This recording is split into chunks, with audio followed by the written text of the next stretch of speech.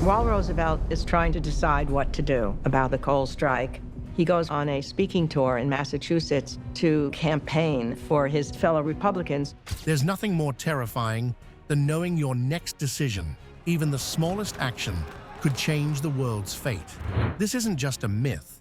History has proven it time and time again, speaking of a global chaos unleashed because a car took a wrong turn, or when a simple piece of paper tucked into a pocket altered the fate of America.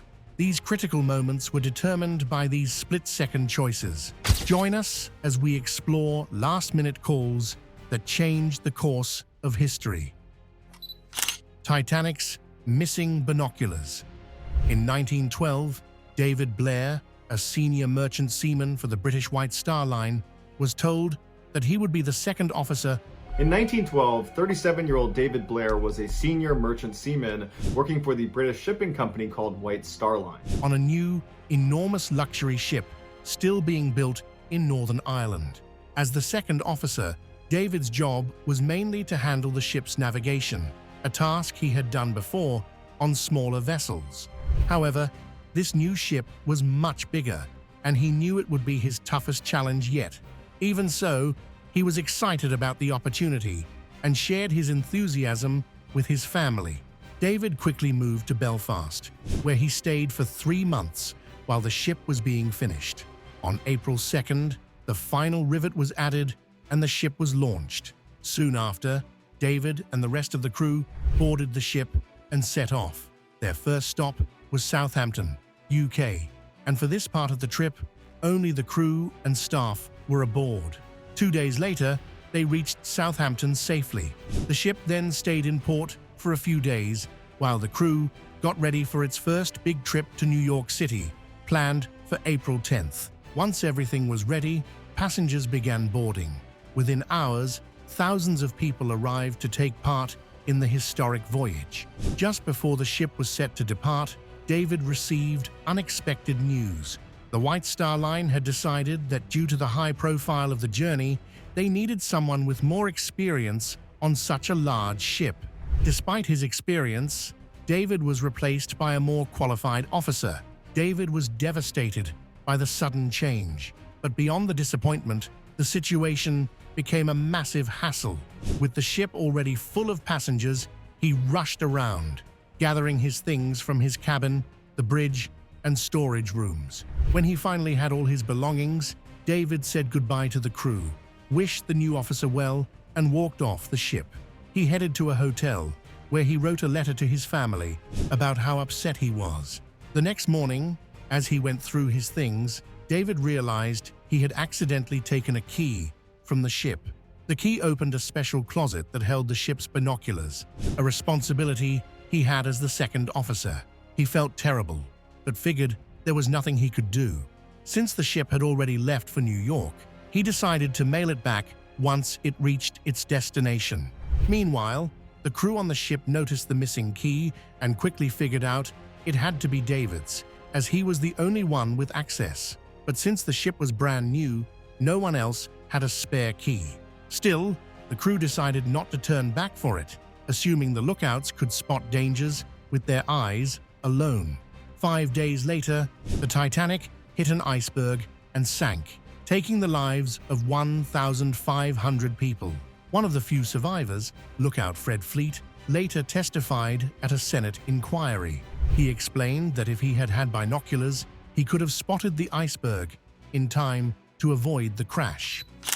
The last jump. In the early hours of July 24, 1915, the Great Lakes steamer Eastland, one of 5 boats hired to take workers and their families across Lake Michigan for a long-awaited outing, began loading passengers. It was scheduled to depart first. More than 7,000 tickets had been sold for the 5 ships, and married workers brought their families along. For younger workers, this rare Saturday away from factory life was also a chance to socialize and meet new people. Everything was going smoothly that morning. The ticket takers, they weren't even counting babies and small children. They just wanted to load the boat as fast as possible. 2 inspectors quickly cleared passengers to board the Eastland at a rapid pace, about 50 people per minute. The ship was licensed to carry 2,500 passengers plus crew, but for this special trip, the inspectors and crew didn't mind exceeding the limit a little. As passengers boarded, a drizzle started to fall. Families with children and many women headed below deck for shelter. Inside the main cabin, a band played cheerful music, and some passengers danced. On the upper deck, others stood by the railings, searched for seats, or greeted friends as they arrived. Less than an hour after loading began, the crew of the Eastland was ready to start the trip. They pulled into the gangplank to begin the journey. At the same time, inspectors made a last-minute decision to let a late-arriving passenger jump onto the ship from the Chicago River Wharf. The man, E.W. Sladke, had paid for his ticket and was only a few minutes late for what was supposed to be a once-in-a-lifetime outing. But this decision turned out to be a big mistake. Sladke hurried to the promenade deck to join his co-workers from the Western Electric Company in Cicero. Earlier, as passengers boarded, the ship had started to tilt slightly to the port side, away from the dock. This happened because many passengers crowded one side of the ship to avoid the rain. Most passengers didn't notice the tilt or weren't worried about it, but people watching from the shore, including the harbor master, became uneasy. By the time Sladke made his last-minute leap onto the ship, the 275-foot vessel had momentarily steadied. However, moments later, it tilted even more sharply to the port side. Water began rushing through the open gangways into the engine room. Realizing the danger, the crew in the engine room quickly climbed to the main deck to save themselves. A few minutes later, the Eastland tilted to a 45-degree angle. And in the background, you can see the L moving. On the bridge, you can see horse and buggies, and it all came from computers. The piano on the promenade deck rolled to the port side, nearly crushing two women. A refrigerator slid across the floor, trapping one or two women underneath. Water began pouring through the open portholes into the cabins below. The worst shipwreck in Great Lakes history, a disaster that would claim more passenger lives than the sinking of the Titanic or the Lusitania, was unfolding. Most passengers boarding that day didn't notice that the Eastland was fully stocked with lifeboats, life rafts, and life jackets, as required by law. However, the added weight from this safety equipment, combined with the passengers, created a serious problem. After the Titanic disaster, a Lifeboats for All movement pushed marine safety officials to act. The United States Congress passed a law requiring lifeboats for 75% of a ship's passengers. To meet the new rule, the Eastland, originally designed to carry 6 lifeboats, was now equipped with 11 lifeboats, 35 life rafts, each weighing about 1,100 pounds, and enough 6-pound life jackets for all 2,570 passengers and crew. Most of this equipment was stored on the upper decks. However, no tests were done to check how the extra weight affected the ship's stability, even though the Eastland already had a history of problems. Just 2 minutes after tilting 45 degrees to the port side, the Eastland rolled over completely. By 7:30 that morning, the Eastland was lying on its side in 20 feet of murky water, still tied to the dock. The ship sank so quickly that there wasn't enough time to use the life-saving equipment. Many passengers climbed over the starboard railing and walked across the exposed hull to safety, avoiding even getting their feet wet. E.W. Sladke, the latecomer, was one of them. So was the ship's captain, Harry Peterson. Horrified onlookers rushed to help, with some jumping into the river. Others threw anything they could find to help people stay afloat: boards, ladders, even wooden chicken crates. Sadly, some crates struck passengers in the water, knocking them unconscious and causing them to sink. Parents clung tightly to their children, disappearing together beneath the muddy water, or lost their grip and watched helplessly as their children vanished. By 8 o'clock, nearly all the survivors had been pulled from the river. Then came the grim task of recovering the bodies. Rescuers carried stretchers across the ship's hull as bodies were lifted out. The bodies were so stiff that poles for carrying them seemed unnecessary. Many were heartbreakingly small, showing how many children were among the victims. At times, rescuers had to place 2 bodies on a single stretcher. With ambulances in short supply, trucks from the American Express Company were used to transport the dead. The nearby 2nd Regiment Armory was turned into a temporary morgue. Inside, corpses were laid in rows of 85 as families began identifying their loved ones. Late that night, the public was allowed inside, 20 people at a time, to search for missing family members. Sadly, not everyone came to grieve. Some people went out of morbid curiosity, and a few thieves took advantage of the chaos, stealing jewelry from the bodies. The search for someone to blame began immediately. Captain Harry Peterson, Chief Engineer Joseph Erickson, and several crew members were taken into custody that same day, partly for their safety, as an angry crowd had gathered at the scene. Despite the urgency, the legal cases surrounding the Eastland disaster took 24 years to conclude. In the end, much of the blame fell on Erickson, the chief engineer, for allegedly mismanaging the ballast tanks that were supposed to keep the ship balanced. Erickson, who was initially represented by the famous lawyer Clarence Darrow, passed away before the long proceedings ended. Historian George Hilton, who studied thousands of documents about the tragedy, believed Erickson was made a convenient scapegoat. However, E.W. Sladke's jump aboard the ship was the final disturbance that set off the chain reaction. One can only imagine what might have happened if he hadn't been allowed to board. The fate of Europe. After Napoleon was exiled to the island of Elba in May 1814, Europe thought that they had seen the last of him. But on March 1815, he returned to France with just 1,000 loyal soldiers. As he marched toward Paris, he quickly won the support of rural peasants who admired him as a leader. King Louis XVIII, terrified by Napoleon's comeback, fled France, leaving the capital open and defenseless. Meanwhile, the Allies wasted no time. They began assembling a massive force of nearly 800,000 soldiers along the French border. Their plan was simple: move toward Paris from different directions and crush Napoleon's army, which had expanded to about 106,000 experienced and determined troops. The campaign against Napoleon started in early June. However, the Allied armies were untested. Most of their soldiers had never seen battle, unlike Napoleon's seasoned veterans. On June 15th, Napoleon's troops crossed into the southern Netherlands. By the end of the day, thanks to his clever and daring strategies, he had captured key positions and was ready for his next move. His army stayed tightly organized, spreading out just 12 miles wide, which split the British and Prussian forces apart. This gave him the perfect opportunity to target either one. The next day, Napoleon planned to strike Wellington's forces along the Charleroi-Quatre-Bras-Bruxelles road, but when he noticed the Prussians were vulnerable at Ligny, he quickly adjusted his strategy. To secure the crossroads at Quatre-Bras, Napoleon sent a holding force led by Marshal Michel Ney, famously called the bravest of the brave for his fearless actions during the Russian retreat.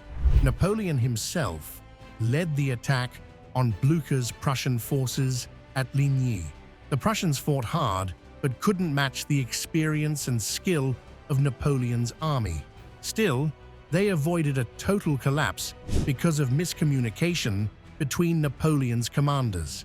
By early evening, Napoleon led his Imperial Guards as they shattered the Prussian line under the assault. Blücher, despite being thrown from his horse, managed to rally his troops and organize a retreat. Over 12,000 Prussians lost their lives or were wounded, while the French suffered fewer casualties. That night, another 8,000 Prussian soldiers, many from areas that had once been French, deserted and fled toward Liège, leaving Blücher's army in tatters. On June 17th, Blücher's battered forces, now led temporarily by Count Gneisenau, retreated toward Wavre. This retreat gave Napoleon the chance to turn his attention to Wellington. But the next morning, heavy rains drenched the fields near Waterloo, turning the battlefield into a muddy quagmire. Victory seemed close for Napoleon, but his confidence blinded him. His rigid strategy and delays proved disastrous. Napoleon had planned to attack at 8 o'clock on the morning of the 18th, but he waited 3 hours for the ground to dry, thinking that his enemies would stand still until he destroyed them. This gave the Prussians time to regroup and march toward Wellington.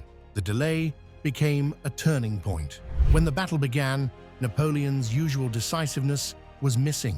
His slow decisions and overconfidence allowed the Allies to combine their forces, overwhelming his once dominant army. As the fighting raged on, the well-organized French forces fell into chaos. By June 21st, Napoleon's army was in ruins, and he fled back to Paris. He abdicated for the second time, and what was left of the French military was retreated south of the Loire River and disbanded. On July 7th, Allied troops entered Paris, restoring Louis XVIII to the throne. Napoleon, now desperate to escape to America, headed for the French coast, but British ships blocked his path. With no escape left, he surrendered to the captain of HMS Bellerophon on July 15th, and he was forced to spend the rest of his life in exile on the remote island of St. Helena, far from the glory he had once commanded. If Napoleon had begun his attack earlier on June 18th, before the weather worsened, the battle might have ended in a decisive French victory.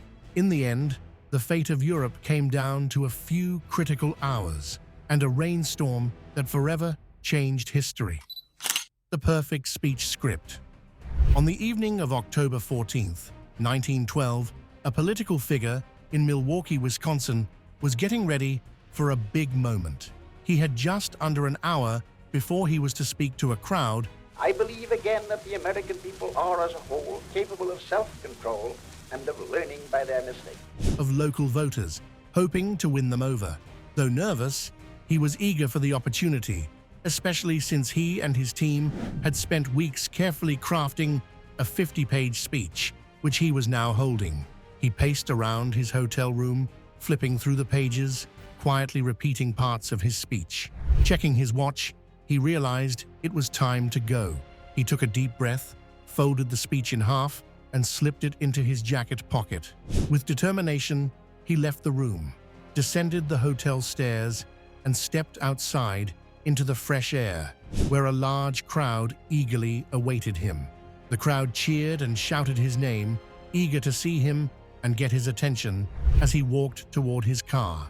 His security team formed a protective barrier around him, trying to keep the enthusiastic crowd at a safe distance. When he reached his car, he got in, stood up, and removed his hat, waving to the crowd in return. But just as the car was about to drive off, a sudden loud noise rang out from the crowd. In an instant, the candidate was struck. He had been shot. His security team quickly moved in, overpowering the attacker and knocking the gun from his hand before holding him down. The crowd, thrown into chaos, pushed forward, with some of them angrily striking the assailant. But despite the pain of being shot, the candidate stood up. He raised his voice. Are the American people fit to govern themselves, to rule themselves, to control them? I believe they are. My opponents do not. Urging the crowd not to hurt the assailant. The crowd froze in shock, staring at the candidate in disbelief that he was still standing. Even the security officers, still holding the gunman, looked stunned. The candidate turned to the man who had attacked him and asked why he shot him. But the attacker stayed silent, and the candidate calmly told his team to take him away. The stunned crowd watched as the candidate, still on his feet, reached into his jacket and pulled out the thick speech he had tucked inside. He held it up for everyone to see, pointing out the bullet hole that had gone straight through it. The script had stopped the bullet, saving his life. Despite his aides urging him to seek medical help, the candidate insisted, "Take me to the speech." Shortly after, President Theodore Roosevelt, unfazed by the bullet holes in his speech, made a few quick adjustments and delivered it to the crowd. After the event, X-rays revealed the bullet lodged against Roosevelt's fourth right rib on an upward path toward his heart.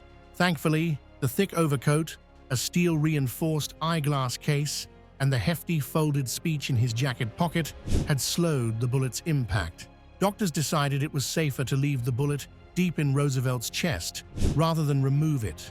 However, the injury worsened his chronic rheumatoid arthritis, affecting him for the rest of his life. The wrong turn. As the next in line for the throne of Austria, Archduke Franz Ferdinand agreed to attend military exercises in Bosnia-Herzegovina in June 1914. Austria-Hungary had recently taken control of the region, angering Serbia, which had its ambitions for the area. Ferdinand had harsh opinions about the Serbs, calling them criminals and worse. However, despite his feelings, he had opposed the annexation of Bosnia-Herzegovina, fearing it would only worsen an already tense situation. Princip can't believe his luck. He has an opportunity to finish out what he started earlier that day. The region, once part of the Ottoman Empire, had a diverse population, with Serbs making up around 40%, Muslims 30%, and Croats 20%, with a variety of other ethnic groups as well. When the secret group known as the Young Bosnians learned of Ferdinand's upcoming visit, they decided to take action. Among them were Gavrilo Princip, a 19-year-old Serbian soldier rejected from the army, Trifko Grabez, and Nedeljko Kabrinovic, who traveled to Belgrade, the capital of Serbia, to receive bombs, pistols, and cyanide from the Black Hand, an extreme group connected to the Serbian military. After practicing with the weapons in a park, they returned to Bosnia-Herzegovina with help from local contacts. However, it remains unclear if the Serbian government was involved in the plot. On June 23rd, Ferdinand and his wife Sophie left their home to travel to Bosnia-Herzegovina. Despite receiving several warnings about the potential danger, Ferdinand seemed unbothered. Upon arriving at a small town near Sarajevo, the capital, Ferdinand attended military exercises, while Sophie visited schools and orphanages. Later, the couple decided to visit Sarajevo's bazaars. There, they were warmly greeted by the people, unaware that one of the would-be extremists, Princip, was among the onlookers. After a banquet with key political and religious figures, only one more day of events remained before Ferdinand and Sophie were to head back home. On the morning of June 28th, Ferdinand sent a message to his son, congratulating him on his exam results. After that, he and Sophie boarded a train for a short ride to Sarajevo.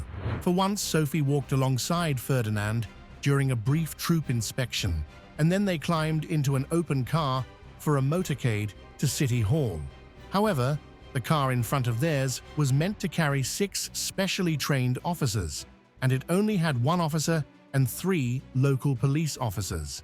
Throughout the day, Austro-Hungarian officials seemed more concerned with meal arrangements than securing the route. Meanwhile, 7 members of the Young Bosnians were spread out along the Apel Quay, a busy street in Sarajevo. When the motorcade passed by, Kabrinovic, one of the conspirators, threw his bomb at the car he thought was carrying Ferdinand. However, the bomb bounced off the car's roof and landed under the wrong vehicle, causing an explosion that injured a few officers and bystanders but left Ferdinand and Sophie unharmed. Kabrinovic tried to escape by jumping into the riverbed, but he was quickly caught. As the police led him away, he reportedly declared, "I am a Serbian hero." At least 2 other conspirators had a chance to attack, but didn't follow through. Despite the attack, Ferdinand chose to continue to City Hall as planned. Afterward, he insisted on visiting the wounded officers in the hospital. To prevent further attacks, the motorcade sped down the Apel Quay. However, the lead cars made a wrong turn onto a side street, and by chance, they stopped right where Princip was standing. As the cars tried to turn back, Princip pulled out his gun and fired 2 shots at close range, hitting Ferdinand in the neck and Sophie in the abdomen. Within moments, both Ferdinand and Sophie had passed away. Princip later confessed to taking the life of Ferdinand, but claimed he had not intended to harm Sophie. Too young for the ultimate penalty by just 3 weeks, he was sentenced to 20 years in prison, where he lost his life at only 23 years old to tuberculosis. The hit on the royal came at a time of rising tensions in Europe, which quickly spiraled into World War I. Austria-Hungary, with support from Germany, sought harsh action against Serbia. They presented Serbia with an ultimatum that was nearly impossible to accept. Serbia suggested a peaceful solution through arbitration, but Austria-Hungary rejected this and declared war on July 28, 1914, exactly 1 month after Ferdinand's passing. In the following days, Germany, Russia, France, Belgium, Montenegro, and Great Britain became involved, and other countries, including the United States, would join later. The war claimed over 16 million lives, both soldiers and civilians, and lasted until 1918. The unread letter. In 1776, a farmer in New Jersey stood by his window, staring into the quiet night. Something at the end of the road caught his eye. He pressed his hands against the cold glass, squinting to see better, but the shadows gave nothing away. Then, a faint sound reached his ears, growing louder with each passing moment. Though he couldn't see it, he felt sure something or someone was coming, and he had a terrible idea of what it could be. Heart-pounding, the farmer rushed to his family. He gathered them in the small bathroom. He told his wife to keep the children safe and not to leave for any reason. Without waiting for her response, he darted out the back door, mounted his horse, and galloped toward town. Every second mattered, and he had to warn the German commander, Johann Rau. The ride felt endless, but at last he arrived in Trenton. Taking a few sharp turns down quiet streets, he stopped in front of a grand 2-story house where Roll was staying. Jumping off his horse, he sprinted to the door. Just as he reached for the handle, a German soldier stepped out and firmly shut the door behind him. "I have an urgent message for Johann," the farmer exclaimed in English, but the soldier didn't understand a word. Desperate, the farmer waved his hands, trying to make his meaning clear. The soldier shook his head and said something in German, pointing toward the house. Johann, the soldier explained, was busy playing cards and didn't want to be disturbed. The farmer stood frozen, helpless. His vital message was trapped, lost in confusion and the wall of language he couldn't break. Desperate, he tried again, pleading with the soldier to understand. The man's blank stare only made the farmer more frantic. Thinking quickly, he pulled a crumpled scrap of paper from his pocket, scribbled a warning, and thrust it into the soldier's hand. "Please make sure Johann gets this," he urged, his voice trembling with urgency. The soldier paused, uncertain, but finally nodded. Relieved, the farmer turned and rode off into the night, his horse's hooves pounding against the dirt road. Back in the house, the soldier stepped inside, the note clutched loosely in his hand. Inside, Johann Roll and his officers roared with laughter, the clinking of glasses and the shuffle of cards filling the room. The soldier glanced at the note, shrugged, and handed Johann the paper. Johann frowned at the interruption. Irritated, he gave the soldier a sharp rebuke. He glanced briefly at the note, noticed it was in English, and muttered something about reading it later. Without giving it another thought, he shoved the paper into his pocket and returned to his cards. That note would never be read. Hours later, Johann Roll, a colonel fighting for the British during the American Revolution, would lose his life. The farmer had been loyal to the British.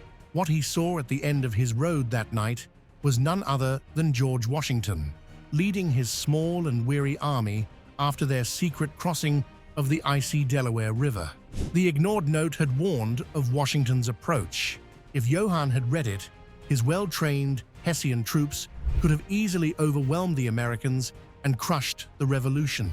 Instead, Johann and his men were caught by surprise and defeated, and Washington's victory paved the way for American independence. And that's all for today. Thanks for watching.